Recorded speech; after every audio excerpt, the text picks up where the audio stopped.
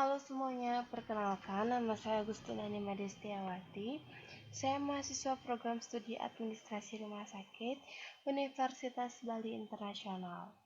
Saya akan mempresentasikan tugas manajemen stres dan konflik yang berjudul penyebab dan dampak konflik.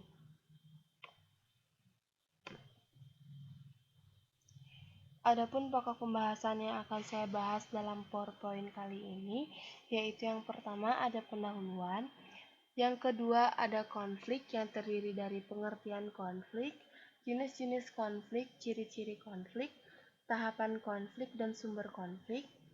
Yang ketiga ada penyebab konflik, yang keempat ada dampak konflik, dan yang terakhir ada kesimpulan.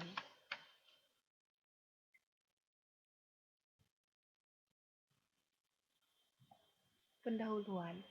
Tidak dapat dipungkiri bahwa seiring berkembangnya kebutuhan, cepatnya mobilitas kehidupan, banyak kita jumpai orang-orang di sekitar kita yang tidak sanggup bertahan menghadapi kegagalan-kegagalan yang terjadi dalam kehidupannya. Bahkan tak luput mereka yang berhasil pun terkadang hanyut takut kegagalan akan menimpanya. Berbagai masalah yang sering terjadi dalam kehidupan terkadang membuat kita merasa terbebani dan menjadi stres. Terimalah bahwa dalam hidup kita selalu akan muncul yang namanya stres. Tidak ada satu orang pun yang bisa secara total menghindari stres. Begitu juga dengan konflik.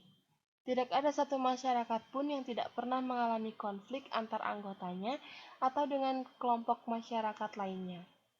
Konflik hanya akan hilang bersamaan dengan hilangnya masyarakat itu sendiri.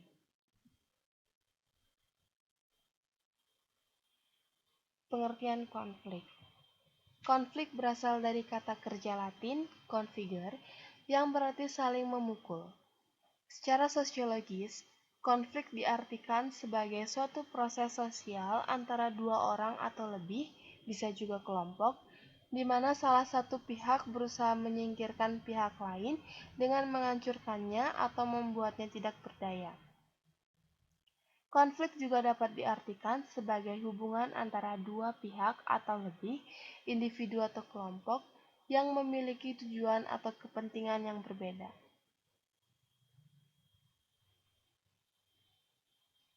Jenis-jenis konflik. Menurut James Stoner dan Charles Winkel dalam Wirawan tahun 2010, terdapat 5 jenis konflik, yaitu yang pertama, konflik intrapersonal. Konflik intrapersonal adalah konflik seseorang dengan dirinya sendiri, di mana konflik ini terjadi bila pada waktu yang bersamaan seseorang memiliki dua keinginan yang tidak mungkin bisa dipenuhi sekaligus. Konflik yang kedua adalah konflik interpersonal. Konflik interpersonal adalah pertentangan antara seseorang dengan orang lain karena pertentangan kepentingan atau keinginan. Hal ini sering terjadi antara dua orang yang berbeda status, jabatan, bidang kerja, dan lain-lain. Konflik interpersonal ini merupakan suatu dinamika yang amat penting dalam perilaku organisasi. Karena konflik semacam ini akan melibatkan beberapa peranan dari beberapa anggota organisasi yang tidak akan mempengaruhi proses pencapaian tujuan organisasi tersebut. Konflik yang ketiga adalah konflik antar individu. Hal ini seringkali berhubungan dengan cara individu menghadapi tekanan-tekanan untuk mencapai konformitas yang ditekankan kepada mereka oleh kelompok kerja mereka. Sebagai contoh, dapat dikatakan bahwa seorang individu dapat dihukum oleh kelompok kerjanya karena ia tidak dapat mencapai norma-norma produktivitas kelompok di mana ia berada. Konflik yang keempat adalah konflik antar kelompok. Konflik ini merupakan tipe konflik yang banyak terjadi dalam organisasi-organisasi. Konflik antar lini dan staf, pekerja dan pekerja manajemen merupakan dua macam bidang konflik antar kelompok. Dan konflik yang terakhir adalah konflik antar organisasi. Konflik ini biasanya disebut dengan persaingan. Konflik ini berdasarkan pengalaman ternyata lebih menyebabkan timbulnya pengembangan. Contohnya seperti di bidang ekonomi, di mana Amerika Serikat dan negara-negara lainnya dianggap sebagai bentuk konflik. Selanjutnya ada ciri-ciri konflik. Menurut Wiono tahun 1993, ciri-ciri konflik adalah yang pertama, setidak-tidaknya ada dua pihak secara perorangan maupun kelompok yang terlibat dalam suatu interaksi yang saling bertentangan. Ciri yang kedua, paling tidak timbul pertentangan antara dua pihak secara perorangan maupun kelompok dalam mencapai tujuan, memainkan peran, dan ambiguitas atau adanya nilai-nilai atau norma yang saling berlawanan. Ciri yang ketiga, munculnya interaksi yang sering ditandai oleh gejala-gejala perilaku yang direncanakan untuk saling meniadakan, mengurangi, atau menekan terhadap pihak lain agar dapat memperoleh keuntungan seperti status, jabatan, tanggung jawab, pemenuhan berbagai macam kebutuhan fisik, sandang pangan, materi, dan kesejahteraan atau tunjangan-tunjangan tertentu. Ciri yang keempat, munculnya tindakan yang saling berhadap-hadapan sebagai akibat pertentangan yang berlarut-larut. Dan ciri yang kelima adalah munculnya ketidakseimbangan akibat dari usaha masing-masing pihak yang terkait dengan kedudukan, status sosial, pangkat, golongan, kewibawaan, kekuasaan, harga diri, prestisi, dan sebagainya. Tahapan konflik. Terdapat 6 tahapan konflik, yaitu yang pertama adalah konflik masih tersembunyi atau laten. Berbagai macam kondisi emosional yang dirasakan sebagai hal yang tidak biasa dan tidak dipersoalan sebagai hal yang mengganggu dirinya. Yang kedua ada untension condition atau konflik yang mendahului. Tahapan perubahan dari apa yang dirasakan secara tersembunyi yang belum mengganggu dirinya, kelompok atau organisasi secara keseluruhan, seperti timbulnya tujuan dan nilai yang berbeda, perbedaan peran, dan sebagainya.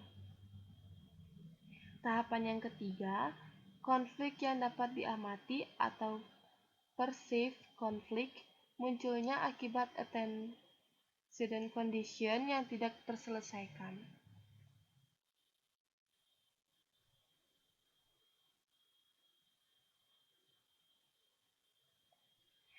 Tahapan yang keempat adalah konflik terlihat secara terwujud dalam perilaku atau manifest behavior.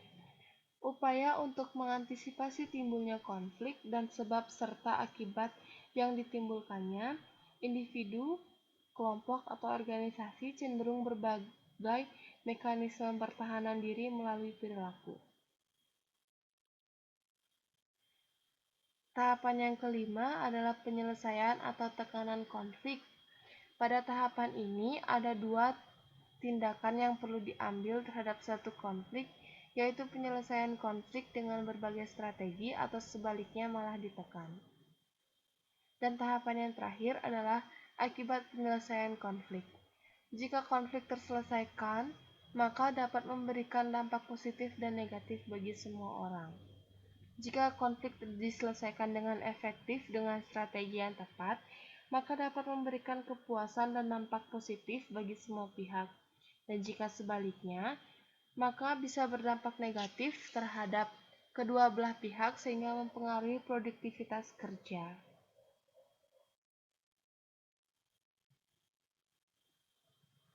Selanjutnya ada sumber-sumber konflik.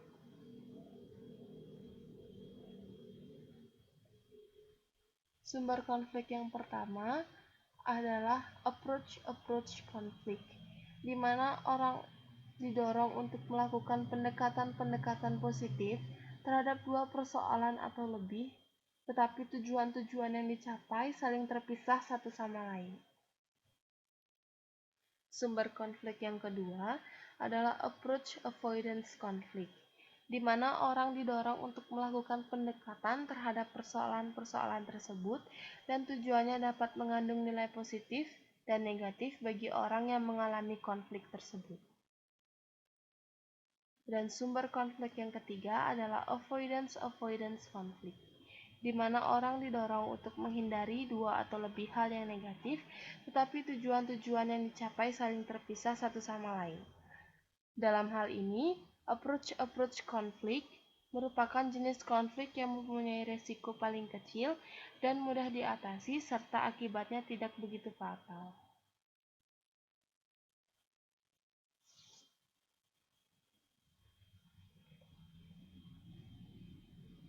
Kemudian ada penyebab konflik. Penyebab konflik ada dua, yaitu faktor manusia dan faktor organisasi. Faktor manusia pada konflik ditimbulkan oleh atasan, terutama karena gaya kepemimpinannya. Personil yang mempertahankan peraturan-peraturan secara kaku, timbulnya karena ciri-ciri kepribadian individual, antara lain sikap egoistis, temperamental, sikap fanatik, dan sikap otoriter. Penyebab konflik yang kedua adalah faktor organisasi. Persaingan dalam menggunakan sumber daya apabila sumber daya baik berupa uang, material, atau sarana lainnya terbatas atau dibatasi, maka dapat timbul persaingan dalam penggunaannya.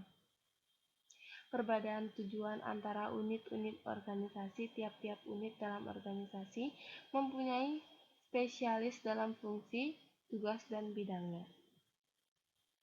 Perbedaan ini sering mengarah pada konflik minat antar unit tersebut. Kemudian ada dampak konflik.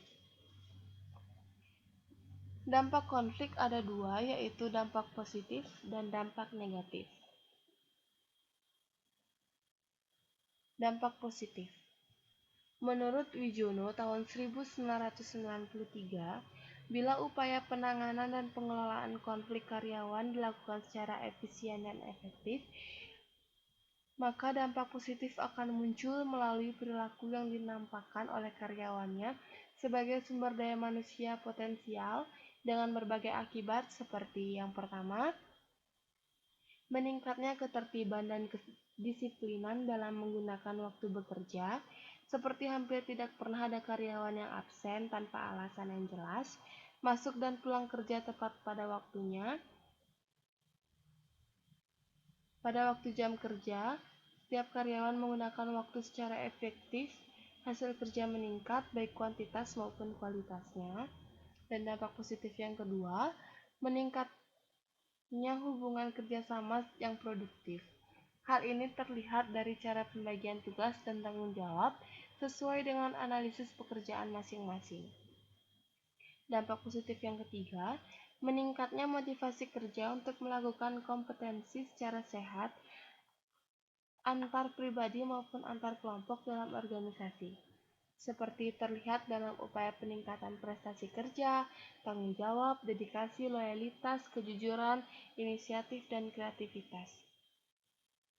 Dampak positif yang keempat, semakin berkurangnya tekanan-tekanan, intrik-intrik yang dapat membuat stres, bahkan produktivitas kerja semakin meningkat. Hal ini karena karyawan memperoleh perasaan-perasaan aman, kepercayaan diri, penghargaan dalam keberhasilan kerjanya, atau bahkan bisa mengembangkan karir dan potensi dirinya secara optimal. Dampak positif yang terakhir, banyaknya karyawan yang dapat mengembangkan karirnya sesuai dengan potensinya melalui pelayanan pendidikan atau education, pelatihan training, dan konseling dalam aspek kognitif, efektif, dan psikomotorik. Semua ini bisa dijadikan tujuan organisasi tercapai dan produktivitas kerja meningkat, akhirnya kesejahteraan karyawan terjamin.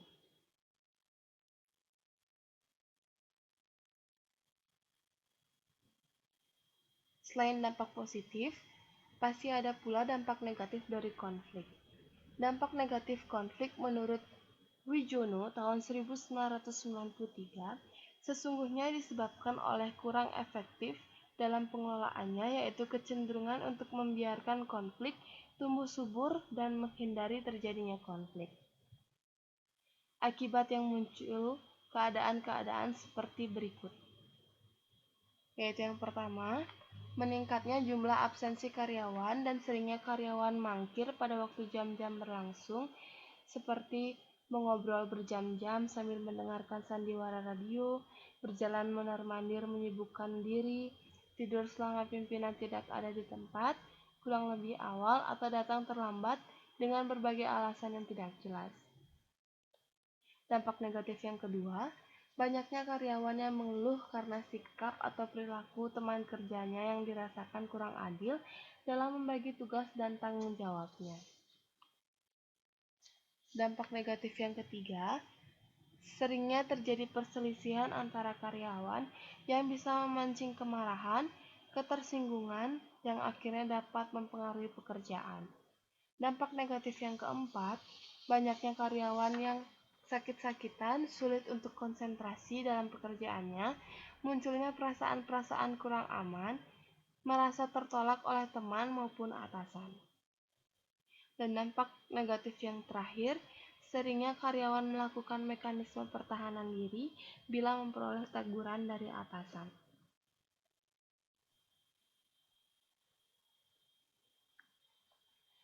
Kesimpulan dari materi yang sudah saya paparkan tadi, yaitu yang pertama, konflik dapat dipahami sebagai suatu pertentangan yang terjadi antara apa yang diharapkan oleh seseorang terhadap dirinya, orang lain, organisasi dengan kenyataan apa yang diharapkannya. Mengendalikan konflik berarti menjaga tingkat konflik yang kondusif bagi perkembangan organisasi sehingga dapat berfungsi untuk menjamin efektivitas dan dinamika organisasi itu sendiri. Sekian presentasi yang dapat saya paparkan mengenai penyebab dan dampak konflik.